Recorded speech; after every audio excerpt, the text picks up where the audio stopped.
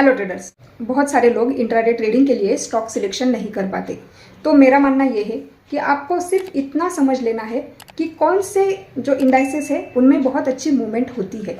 तो यहाँ पर मेरा मानना ये है कि जब से मंथली एक्सपायरी की शुरुआत हुई है तब से बैंक निफ्टी और निफ्टी मिड सिलेक्ट में बहुत अच्छी मूवमेंट रहती है।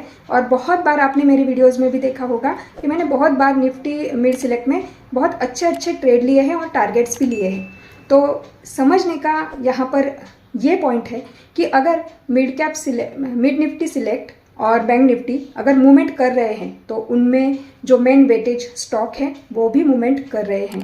उनकी मूवमेंट की वजह से ही ये दोनों इंडाइसेस मूवमेंट करते हैं। तो आपको यहाँ पर इनके जो मेन वेटेज स्टॉक है, जो कंपोनेंट है, वो आपको गूगल पर सर्च करने हैं।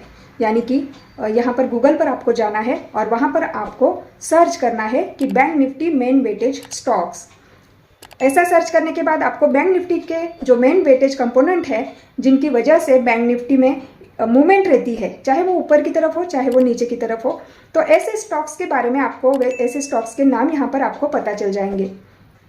और साथ ही में आपको मिड निफ्टी सिलेक्ट के मेन वेटेज स्टॉक्स, ऐसे अगर आप यहाँ पर सर्च करोगे तो आपको मिड निफ्टी सिलेक्ट के भी जो मेन कंपोनेंट स्टॉक्स है इनमें अच्छी मूवमेंट रहती है और इसी की वजह से मिड निफ्टी सिलेक्ट में भी अच्छी मूवमेंट रहती है। ऐसे स्टॉक्स के नाम्स आपको पता चल जाएंगे।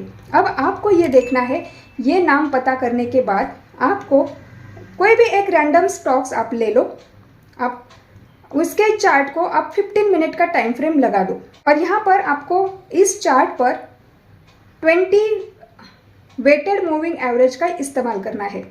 20 वेटेड मूविंग एवरेज लगाने के बाद आपको ये देखना है कि ये प्राइस, इस स्टॉक का प्राइस 20 वेटेड मूविंग एवरेज से कितना दूर जाता है और दूर जाने के बाद इसका बिहेवियर कैसा होता है।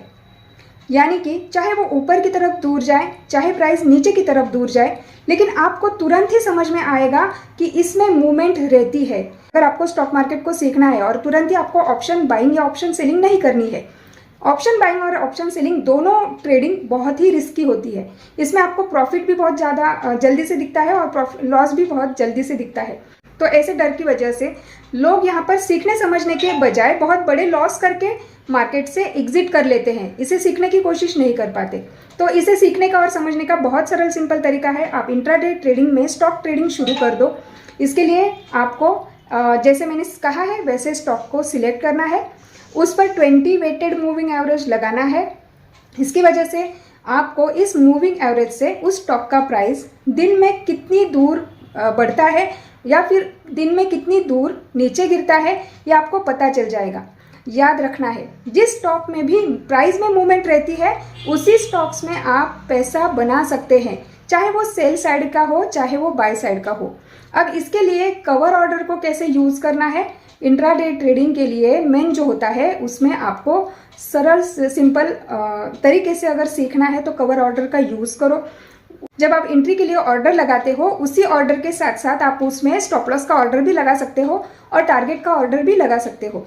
इसी ऑर्डर को कवर ऑर्डर कहा जाता है और कवर ऑर्डर में काम कैसे किया जाता है ये मैंने पिछले वीडियोस में आपको बताया है। तो पिछले वीडियोस में आप कवर ऑर्डर को देखो, सीखो और समझो, इससे आपकी बहुत ज़्यादा मदद होगी सीखने के लिए, समझने के लिए। और साथ ही में आप बहुत ही कम कैपिटल के साथ किसी भी स्टॉक की आप 10 क्वांटिटी बाय कर सकते हो या फिर सेल भी कर सकते हो। यानी कि वहाँ पर आपका होने वाला जो लॉस रहेगा वो भी छोटा रहेगा और उसी की वजह से प्रॉफिट भी अगर होता है तो वो भी छोटा ही रहेगा। लेकिन इससे मेन बात ये होगी कि ऑप्शन ट्रेडिंग में जैसे आप बहुत बड़े साइज में ट्रेडिंग करके बहुत बड़े लॉस लेते हो, वो आपको यहाँ पर लेने की ज़रूरत नहीं होगी, बड़ा कैपिटल लगाने की ज़रूरत नहीं होगी। छोटे कैपिटल के साथ आप प्राइस के एक्शन को, प्राइस बिहेवियर को सीख सकते हो, समझ सकते हो।